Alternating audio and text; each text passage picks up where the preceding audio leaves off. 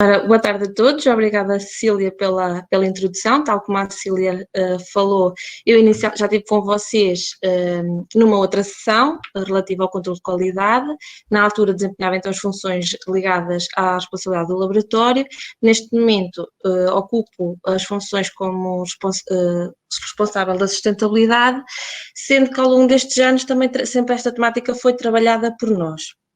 Além disso, estas novas funções acabam por abraçar a globalidade do grupo, uma vez que nós temos um compromisso em atingir também as metas de redução do CO2 e, portanto, essa é a nossa atividade principal e entregar-vos também soluções mais sustentáveis com menor impacto ambiental no âmbito dos produtos para a construção, e esse é o nosso foco agora de momento. Sobre mim, eu tenho...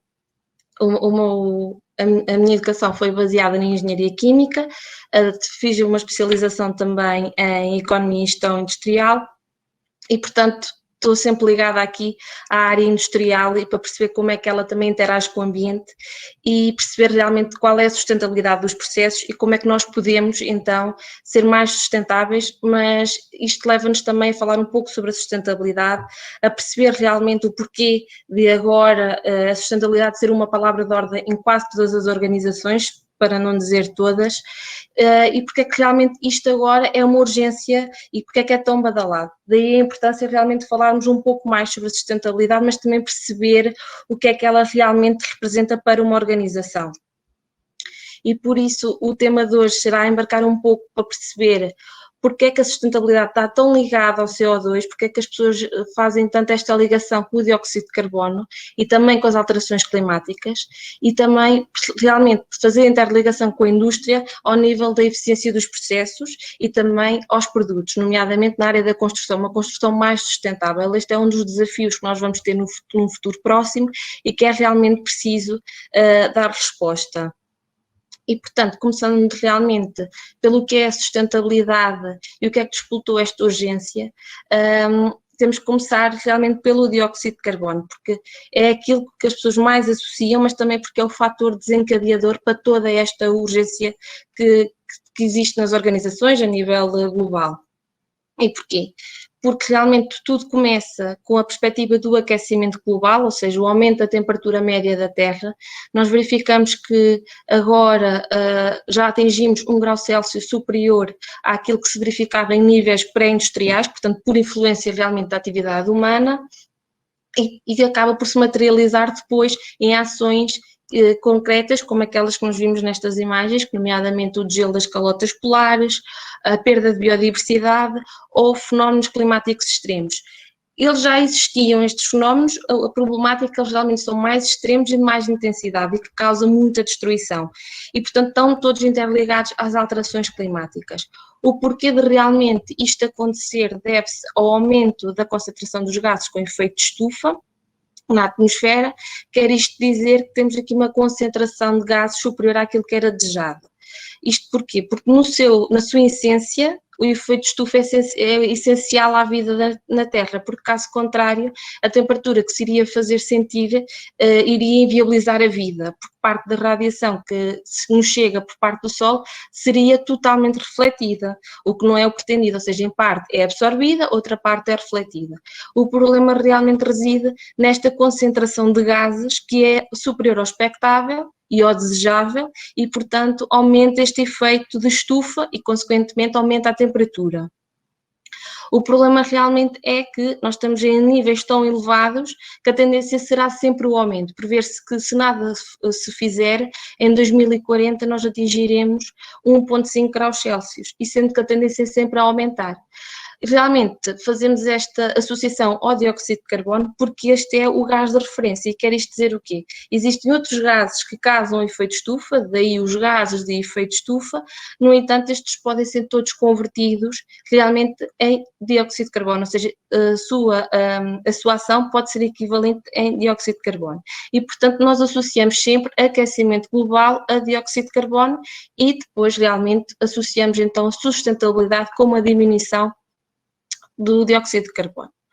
No entanto, nenhum destes temas é realmente novo, ou seja, tudo isto já foi realmente debatido, até porque o termo de aquecimento global surge em 1975, portanto já surge há algum tempo. A partir daí são estabelecidos diversos painéis intergovernamentais, lá está, porque não é uma problemática de um só país, é uma problemática global e, portanto, pretende que haja esta interação entre países para realmente se consiga atingir uma meta que seja sustentável para estas ações, nomeadamente é estabelecido o protocolo de Kyoto, que talvez seja o que mais é amplamente conhecido pela comunicação social, até por causa da entrada e saída de países neste protocolo, mas que depois se vê sistematizado também no Acordo de Paris.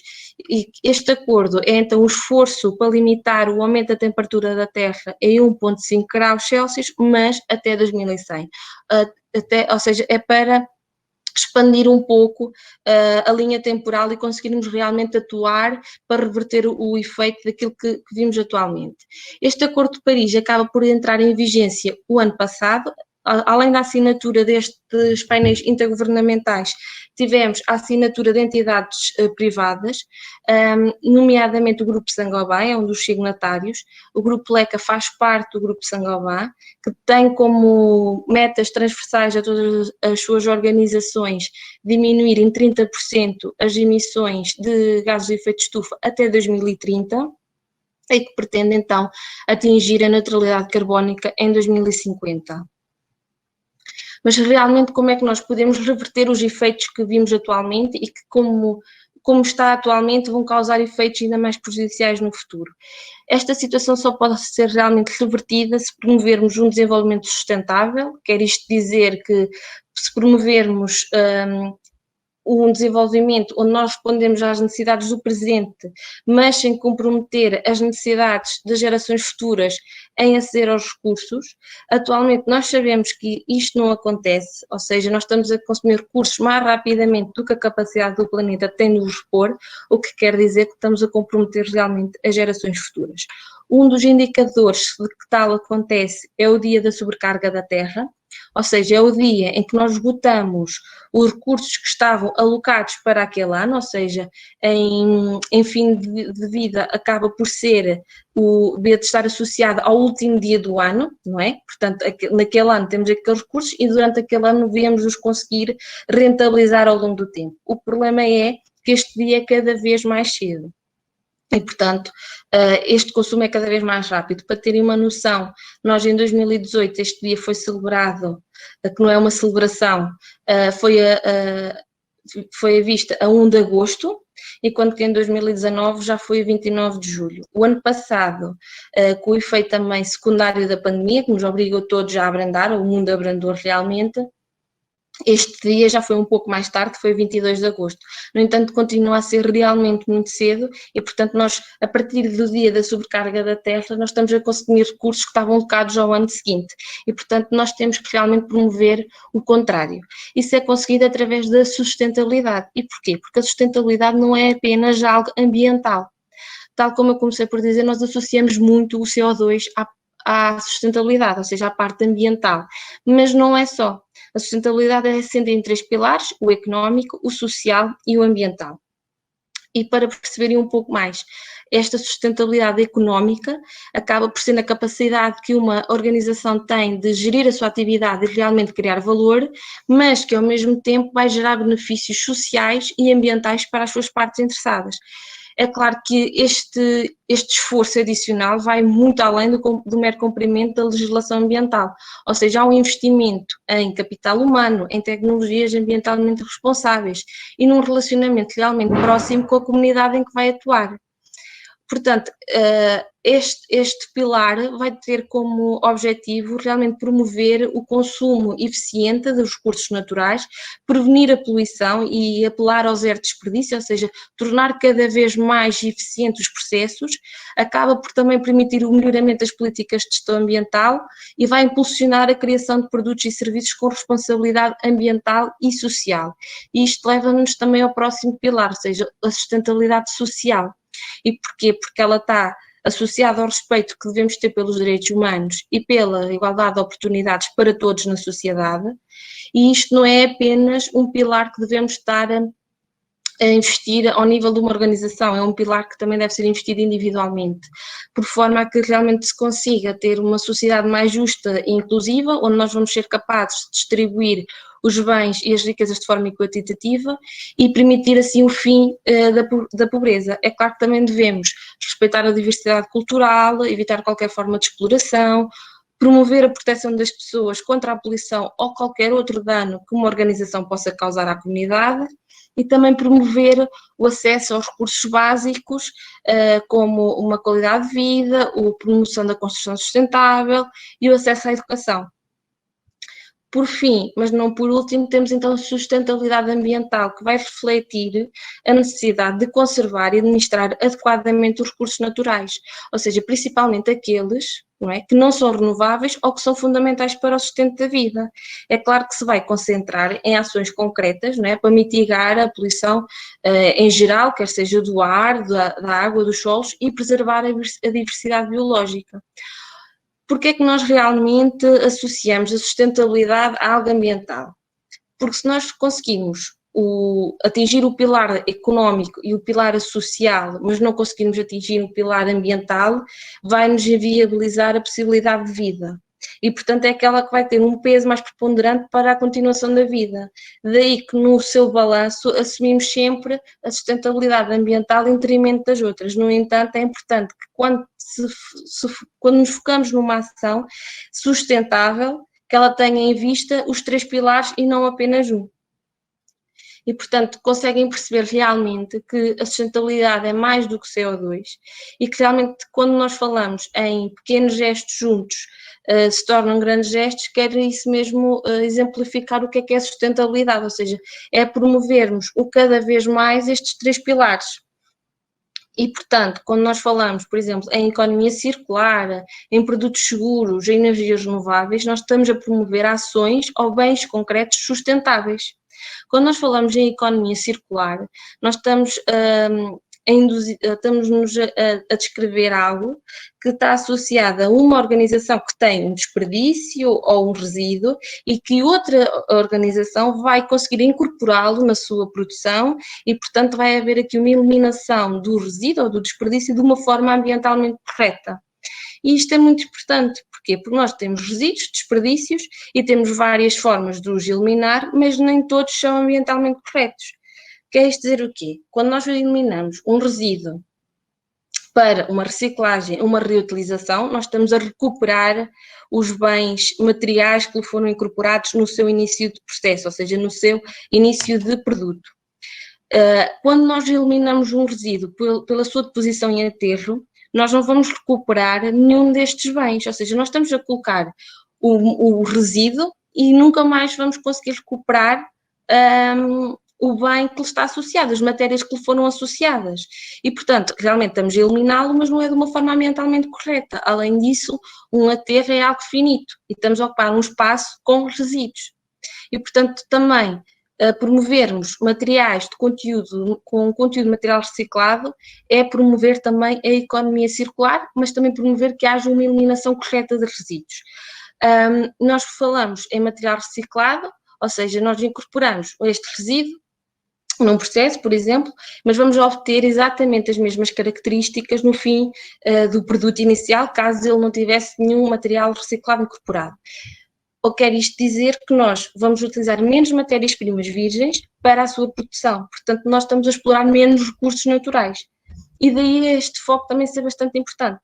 Nós, quando falamos aqui em organizações, normalmente assumimos-las sempre como um processo, até porque no finito nós conseguimos descrever tudo como um processo, e a melhoria contínua dos processos também é algo sustentável. Porquê? Porque se nós estamos a melhorar continuamente um processo, quer dizer que ele vai ser cada vez mais eficiente.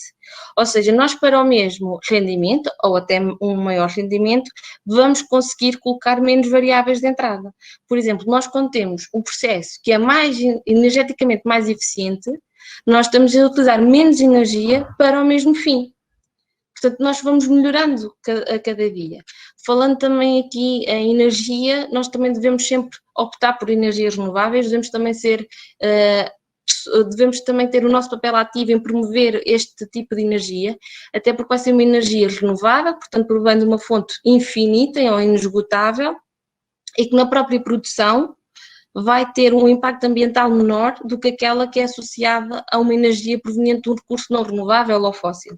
Portanto, temos aqui duas valências. Uma é a alocação dos recursos, portanto, estamos a utilizá-los de uma forma mais eficiente, a administrá-los corretamente, e por outro lado também estamos a exercer ações de menor impacto ambiental. O impacto ambiental acaba por ser um dano que nós estamos a causar ao ambiente, e daí também nos levar aos produtos seguros. Um produto seguro nós assumimos-lo como algo que não causa dano, quer seja para nós, quer seja para a comunidade ou para o ambiente que nós estamos inseridos. Portanto, este dano pode ser físico, mas também pode ser ambiental. Portanto, a promoção de produtos seguros é, uma vez mais, um produto sustentável. E, portanto, quando nós falamos em sustentabilidade, temos que ter noção que há uma abrangência bastante ampla, que é muito mais do que realmente o CO2. É claro que tudo isto se vai traduzir em desafios para todas as áreas, a área da construção não é exceção, como podem imaginar. O paradigma atual é que 80% da matéria-prima e energias que são distribuídas correspondem às cidades, ou seja, quer dizer que são consumidas pelas cidades, e que acaba por emitir 75% do CO2 global. Se nós atendermos às tendências atuais, o crescimento populacional vai atingir os 9 bilhões de pessoas em 2050, onde 70% desta população vai estar alocada em cidades. Portanto, quer dizer que nós não podemos continuar a construir de uma forma igual ao do passado, nós vamos ter que promover realmente uma construção sustentável para conseguir também reverter esta situação, ou seja, pensarmos numa construção sustentável para um desenvolvimento sustentável. Como é que nós poderemos realmente fazer isto?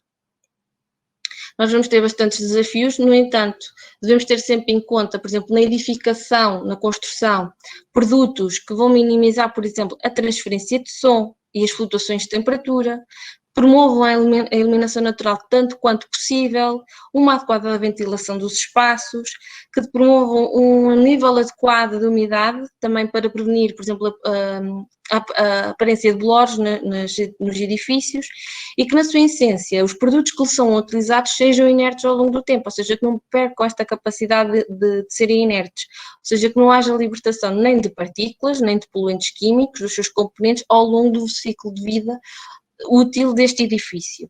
Ou seja, nós no fim, ao promovendo produtos que priorizem todas estas características que vos descrevi, nós vamos estar a promover edifícios mais energeticamente mais sustentáveis e mais eficientes, e portanto que vão ter um bem-estar acrescido para os seus usuários e também promotores da sua saúde. E portanto, uma vez mais, é uma forma de conseguirmos um desenvolvimento sustentável. Como já perceberam, é possível a criação de um edifício sustentável, ou seja, quando nós escolhemos os produtos que vão ser colocados e que vão permitir realmente manter ou melhorar a qualidade de vida dos seus usuários, mas também quando o fazemos, ou seja, quando o projetamos, quando o construímos, também já devemos ter em conta outras características, nomeadamente o clima local e o meio ambiente em que se vai inserir o edifício. E isto porque, com um exemplo muito rápido, nós projetarmos um edifício para Portugal, dificilmente ele vai ter a mesma eficiência num clima nórdico, porque lá está, são diferentes, portanto as exigências do edifício também vão ser, e portanto é preciso realmente ter em conta todas estas características. Além disso, os edifícios, quando são projetados, também devem ter em conta a tradição e a cultura onde se vão inserir, uma vez mais, para respeitarmos também o pilar da sustentabilidade social, ou seja, a parte social da sustentabilidade, mas que no fim devemos conseguir um edifício que realmente permita a conservação de energia e de recursos, mas que no seu fim de vida que seja capaz de se utilizar os materiais novamente, ou seja, que no fim de vida do edifício, ou seja, há uma demolição, por exemplo, mas que os resíduos que daí venham sejam capazes de ser reciclados, ou seja, promover realmente o recurso, a eficiência dos recursos ao longo do tempo de vida. Claro que isto só pode ser conseguido se nós conseguirmos realmente fazer uma análise quer do ecossistema local e global, da construção, da área de construção, mas também dos produtos utilizados. E quando nós falamos em produtos utilizados, que realmente já percebemos quais as características que eles nos devem oferecer, além das características técnicas, estes produtos que normalmente nós designamos por materiais de construção, que são realmente sustentáveis ou amigos do ambiente, devem ser aqueles que, quer na sua produção, colocação em obra e manutenção, foram realizadas ações de baixo impacto ambiental. E este também é uma ressalva importante. Porquê? Porque muitas vezes nós olhamos para o impacto ambiental do produto a quando da sua produção. Ou seja, o impacto ambiental do produto, por norma, é definido como, ou é dado esse dado da sua produção, ou seja, o impacto que é gerado pela sua produção. Mas também há impactos em todo o seu ciclo de vida, ou seja, a sua produção, a sua colocação em obra, a sua manutenção, se necessário, até ao seu fim de vida. Portanto, nós devemos sempre privilegiar materiais cujas ações tenham um baixo impacto ambiental, desde a sua produção até à sua utilização. E, portanto, estes materiais também devem ser duráveis, não é? Ou seja, que não requiram tanta manutenção e, portanto, a sua durabilidade deve ser uma das características que devem ser tidas em conta e, uma vez mais, no seu fim de vida, serem capazes de serem reutilizados ou reciclados. Devemos então incluir materiais recicláveis na sua composição, ou seja, promover realmente um conteúdo de material reciclado na composição dos produtos. Estes devem ser provenientes, se possível, de recursos da área onde é realizada a atividade de construção, e aqui também devido ao impacto da sua colocação em obra, daí falarmos que devemos privilegiar os produtos endógenos, deve ser de origem natural, mas promotores de um uso eficiente de recursos, ou seja, não é só que eles sejam de origem natural, mas sim que a sua extração e própria gestão deste material seja feita de uma forma eficiente e que tenha em vista, então, a sustentabilidade também. Tal como já vos falei, as características ou as especificações não devem sofrer alterações, nem por temperatura, ou seja, devem conseguir manter a sua especificação numa elevada gama de temperatura, entre frio e calor, e a umidade, ou seja, é importante que as características se mantenham consistentes ao longo do tempo. Por exemplo, quando nós falamos em obras de infraestrutura, porque não é só edificação, nós também temos outro tipo de obra, outro tipo de construção, nós também devemos ter em conta que os materiais utilizados não devem lixiviar sobre nenhuma circunstância substâncias perigosas para o meio ambiente. E porquê? Se este lixiviado for gerado, este lixiviado vai estar em contacto com o meio ambiente, quer seja através de recursos hídricos, quer seja, por exemplo, através de solos. E, portanto, se nós estamos a colocar um lixiviado que contém substâncias perigosas, consequentemente, esse lixiviado vai estar a contaminar. Nós vamos estar a colocar poluição no meio ambiente. É claro que realmente nós falamos em sustentabilidade de edifícios, de materiais, mas depois como é que nós realmente podemos quantificar esta sustentabilidade? É algo que ainda é difícil. Realmente, por exemplo, quem pretende adquirir um edifício para habitação própria, por exemplo, e que coloca esta questão, é difícil para a pessoa perceber realmente se está a adquirir um imóvel que foi construído e que é sustentável ou não, porque acaba por realmente haver este tipo de questão. E porquê? Porque uma coisa é realmente os produtos que lhe foram incorporados, por exemplo, nós podemos ter utilizado os produtos considerando todas as características que descrevi e que realmente são produtos com baixo impacto ambiental e, portanto, promovem todos os pilares da sustentabilidade, mas que no fim, na sua interação, ou seja, no seu fim, ou seja, na interação com o edifício, porque um edifício não é construído por um só produto, este não vai ser sustentável e, por exemplo, pode ter um consumo energético 4 vezes superior à média. Ou, por outro lado, até podemos ter um edifício que realmente é super sustentável, que foram incorporadas soluções que permitem que ele tenha uma eficiência energética acima da média, mas todas as soluções que foram incorporadas têm um elevado impacto ambiental. Portanto, nós temos aqui 2 pesos: 1, os produtos, e 2, a sua conjuntura enquanto edifício. E, portanto, é realmente importante ter uma visão integrada de todos estes aspectos ambientais, mas também da sua performance. E daí começar a ser relevante, nós conseguimos ter uma visão geral. Uma forma de nós quantificarmos a sustentabilidade acaba por ser pela utilização dos Building Schemes. Estes Building Schemes, a traduzir já à letra, acabam por ser esquemas da construção. Ou seja, cada Building Scheme vai ter uma listagem de critérios, desde a matéria-prima, ou seja, desde os produtos até o edifício. Cada critério vai estar bem cotado, ou seja, há uma pontuação a adquirir para cada um deles, que no fim tem uma pontuação, ou seja, cada tipo de critério tem uma graduação, e no fim há um somatório para conseguirmos realmente uma pontuação global. Ou seja, há uma classificação global. Essa classificação é de acordo com aquele Building Scheme, que pode ser, por exemplo, o BREEAM ou o LEED. Talvez seja aquilo que mais seja amplamente conhecido e que vos solte, que suscite também aqui a lembrança, porque já podem ter ouvido falar, mas existem outros tipos de Building Schemes que atualmente na Europa começam também já a ter algum desenvolvimento, nomeadamente o SEQUAL, o DGNB ou o LIDERA, e, portanto, existem vários tipos de Building Scheme e que conseguem realmente qualificar um edifício, mas atenção que eles não são comparados entre si. Eles são comparáveis no mesmo Building Scheme, ou seja, nós podemos comparar diferentes edifícios com uma classificação BREEAM, mas não o podemos comparar com edifícios BREEAM e LEED, por exemplo.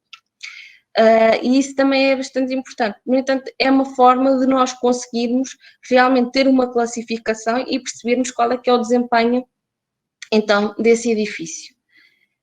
É claro que nós temos uma série de premissas, temos uma série de apontamentos, por assim dizer, ou seja, como é que nós vamos conseguir produtos sustentáveis, ou seja, temos uma listagem já de critérios, de paradigmas pré-definidos, mas será que nós no fim vamos realmente conseguir ter uma construção sustentável e criar cidades sustentáveis, ou seja, cidades que consigam realmente reequilibrar as suas políticas de desenvolvimento, para dar prioridade a edifícios, por exemplo, de baixo consumo energético, que devolvam um pouco a natureza à cidade, até porque normalmente, quando nós pensamos em cidades, não nos remete para algo natural, vai nos remeter para algo cinzento, com betão, com poluição, com trânsito, portanto, está muito longe do foco que é a natureza e, portanto, é importante também trazer a natureza para as cidades. Uma cidade sustentável vai limitar também a expansão urbana e incentivar então uma mistura de habitação, ou seja, de lojas, serviços e habitação, e promover também a micromobilidade dentro da própria cidade. Tal como nós falámos inicialmente, os edifícios devem ser capazes de resistir ao tempo, ou seja, devem manter as suas características naturais ao longo da sua vida útil, ou seja, a sua característica, ou seja, a forma como ele foi construído e que nos primeiros tempos teve as suas características, elas devem se manter inalteráveis ao longo do tempo. E além disso, também devem ser capazes de resistir a eventos climáticos extremos. No início deste webinar eu comecei por dizer que realmente as alterações climáticas existiam, o aquecimento global existia e que os eventos climáticos extremos acabavam por ser uma dessas consequências. Nós, em Portugal, cada vez mais ouvimos falar em chuvas intensas, por exemplo. Nós temos, nos últimos invernos, temos começado a ver que na comunicação social surgem diversas situações em que houve uma elevada quantidade de chuva num curto espaço de tempo e que originou chamadas cheias instantâneas. Porquê? Porque as cidades e os locais acabam por não ter capacidade de escoar toda esta água, porque não estão preparadas para isso e, portanto, acabam por causar dano, quer seja físico, quer seja monetário, e portanto é preciso estar preparado para elas. De outra forma, também temos também as ondas de calor. Por exemplo, este ano nós já fomos alertados que realmente vamos estar sujeitos a ondas de calor mais intensas e mais prolongadas, além disso com maior temperatura, e portanto nós quando temos este tipo de alertas, quer seja das chuvas intensas ou das ondas de calor ou outros, o nosso pensamento remete-nos sempre para a nossa casa, para o nosso porto de abrigo, e portanto é importante que este porto de abrigo realmente seja isso mesmo, um porto de abrigo que esteja realmente preparado para conseguir dar resposta a todo este tipo de eventos. É claro que se tiverem dúvidas podem contactar-nos e perceber quais são as soluções que nós temos para oferecer nesta área, e portanto teremos todo o gosto em vos responder, mas será então que nós vamos criar uma cidade sustentável? é possível a sua criação. É claro que a ideia não é realmente chegar ao que temos, demolir e construir de novo. Isso realmente é outro pensamento que vai ao contrário daquilo que é sustentabilidade, mas sim, sempre que nós reabilitamos, que conseguimos fazer uma reabilitação do edifício ou que promovemos uma nova construção, que esta realmente seja feita com base nestes pilares, nestes ideais, e que se consiga realmente atingir então uma cidade mais sustentável e conseguir equilibrar aquilo que foi até então o nosso paradigma de construção, a nossa forma de construir, e conseguir também gerar um valor sustentável para as gerações futuras. Aproveito ainda para vos informar que, se tiverem mais alguma dúvida relativamente aos Building Schemes, até porque hoje foi só um pequeno lembrete de como é que eles podem ser utilizados, nós depois do verão vamos voltar com um webinar dedicado a esse tema, onde também poderão então ver respondidas algumas das vossas questões, e portanto fiquem atentos se sim o quiserem participar e saber um pouco mais. E o mesmo se aplica também à sustentabilidade, ou seja, se realmente precisarem de perceber mais algum tempo, se acharem que realmente é importante falar mais sobre este tema ou sobre a sustentabilidade em algo mais específico, também estaremos cá para vos ajudar. Espero realmente ter ajudado a desmistificar um pouco aquilo que é sustentabilidade, que é muito mais do que o dióxido de carbono, do que o CO2, e portanto porque é que ela é realmente uma prioridade para todos nós, e como é que nós vamos conseguir realmente alterar este paradigma que vivemos atualmente. No entanto, se tiverem surgido dúvidas durante o webinar, teremos agora aqui a oportunidade para realmente debater um pouco